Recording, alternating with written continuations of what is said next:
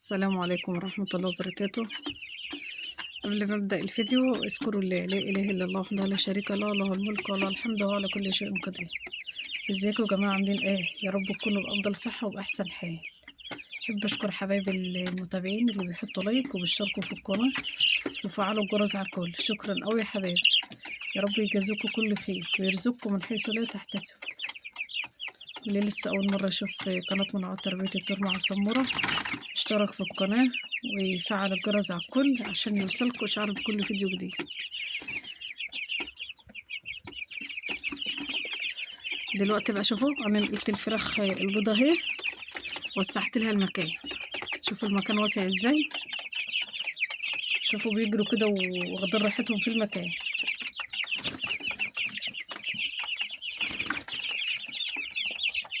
بس زعلانه بقى من اوزانهم ضعيفه. شوفوا الوزن ضعيف، لان بقالهم النهارده 15 يوم. المفروض الفرخ يكون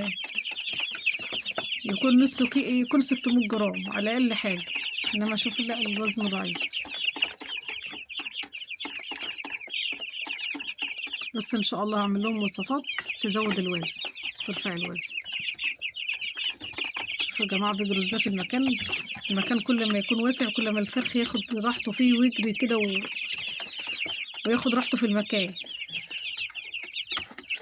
بس الفرشه خفيفه تحت منهم. قال لهم الفرشه قالوا فرشه تحت منهم عشان الفرشه خفيفه.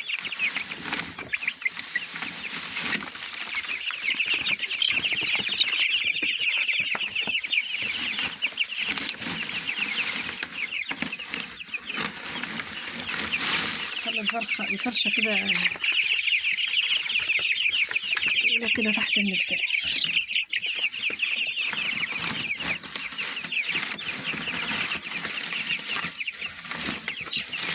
المكان اللي كانوا فيه الأول كان يا دوبك ياكلوا ويشربوا ومكانوش بيعرفوا يتحركوا فيه.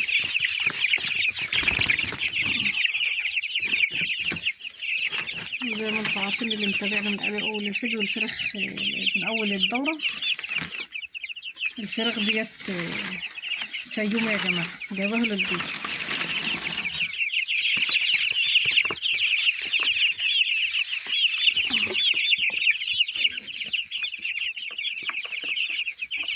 طبشت لهم اهو طبقة قش كمان. هألفهم بقى معاكم عشان تشوفوا مفيش أكل في العلافات. صلوا على النبي كده يا جماعة، اللهم صل على سيدنا محمد وعلى آل سيدنا محمد.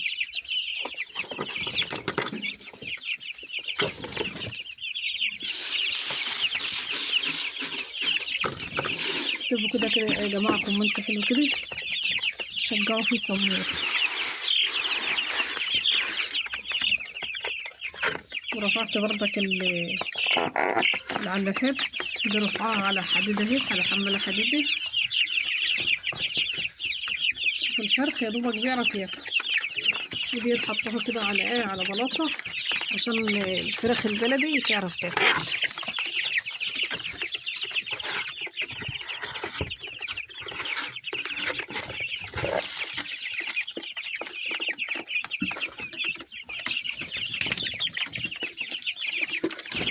بسم الله.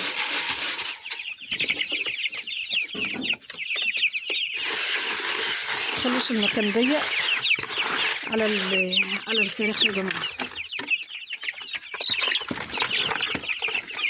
حطها واطيه عشان ايه؟ عشان الفراخ البلدي. وكنت برضك هرفع السقايه على الطب ده، بس لقيت الفراخ البلدي كنت عاوزه اعلي السقايه كمان. لقيت الفراخ الفيومي ماهيش طايله الميه، قمت جايه سايباها كده ايه على البلاطه دي، مرضتش اعليها قوي.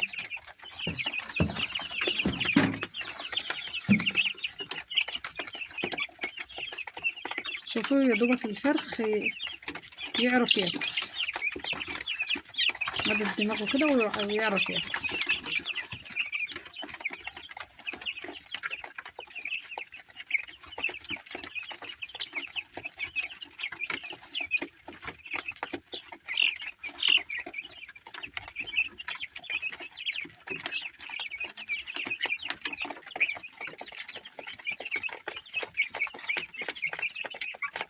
الفرخ البلدي دي ضعيف، مش عارفة ليه. الفرخ الفيومي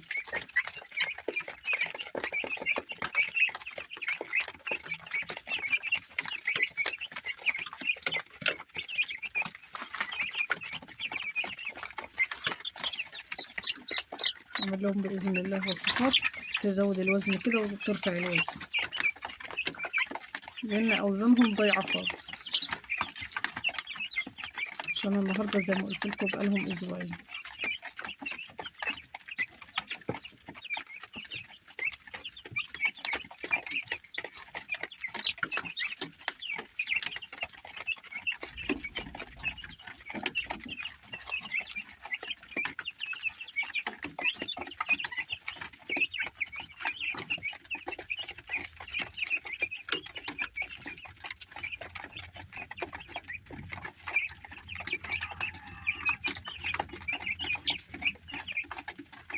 حط لهم ميه بقى في السقاية عشان يشربوا. وحطيت بردك سقاية كبيرة، لأن السقاية التانية كانت صغيرة، كانت لتر بس، إنما دي 3 لتر. مكانتش بتعمل لهم حاجة، خلاص بقى هما كبروا على السقاية الصغيرة. حطيت لهم سقاية كبيرة، حط لهم فيها مية. أنا غسلت السقاية وجبت فيها 2 لتر مية، وأحط لهم بقى حوالي ربع كوباية خل طعام.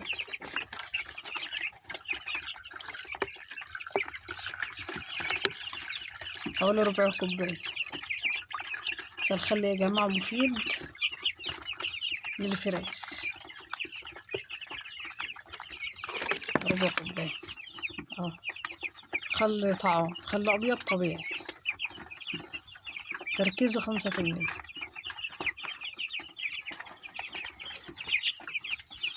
هعمل لهم السقاية وارجع لكم.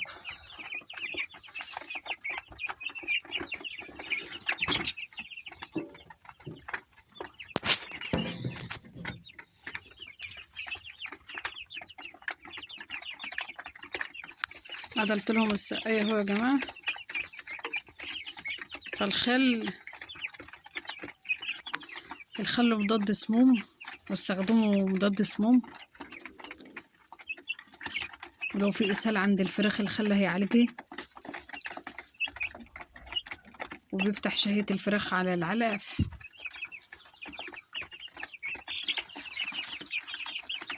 وغير كمان الخل بيزيد في رفع الأوزان. كنت بستخدمه في الدورة اللي فاتت، كانت الوزن عندي 3 كيلو ونص. بستخدمه كل دورة الخل.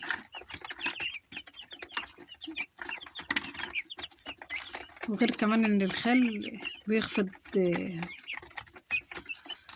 درجة حرارة الفراخ. يعني لو الفراخ عندها احتباس حراري الخل بيعالجها.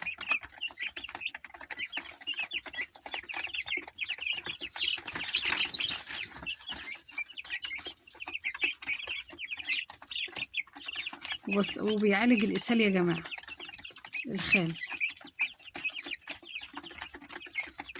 يعني مش مضاد سموم بس، لا، هيعالج الإسهال ومضاد سموم وفاتح شهية، بيزود الوزن.